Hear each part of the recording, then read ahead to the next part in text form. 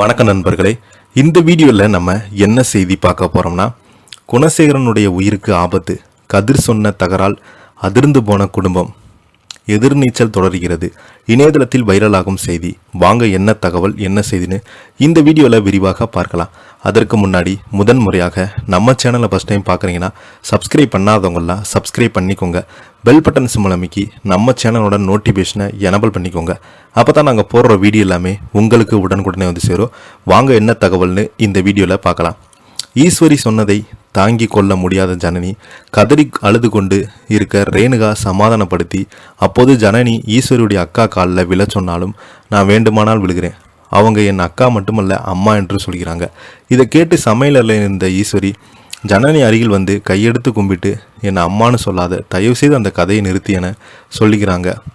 இன்ற எபிசோடில் ஈஸ்வரி சொன்ன வார்த்தை ஜனனிக்கு ஆழமாக பாதிக்கிறது.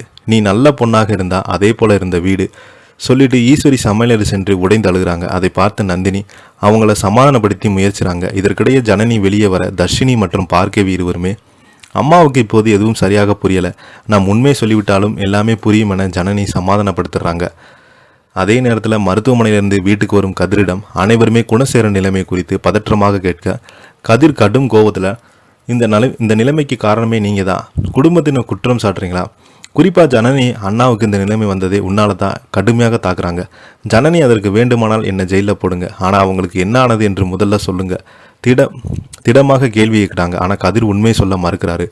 இதை எடுத்து விசாலட்சுமியிடையே கதிர் பெரியவனுக்கு என்னடா ஆச்சு, ஹாஸ்பிட்டலில் கூட்டிகிட்டு போடா என கேட்க ஆத்திரப்பட்ட கதிர், இத்தனை நாளாக மருமகளுடன் ஆட்டம் போட்டிருக்கீங்க, இப்போ என்ன ஹாஸ்பிட்டல் கூட்டி போன்னு குதிக்கிறீங்கன்னு கேட்குறாங்க. ஈஸ்வரி நான் அவருடைய மனைவி, அவருக்கு என்னாச்சு, எந்த மருத்துவமனையில் இருக்கிறாங்க, டாக்டர் என்ன சொன்னார் என்று கேள்வி. இதனைக்கு தான் அவங்க புருஷன் என்பது தெரிந்ததா என கேள்வி கேட்குறாங்க.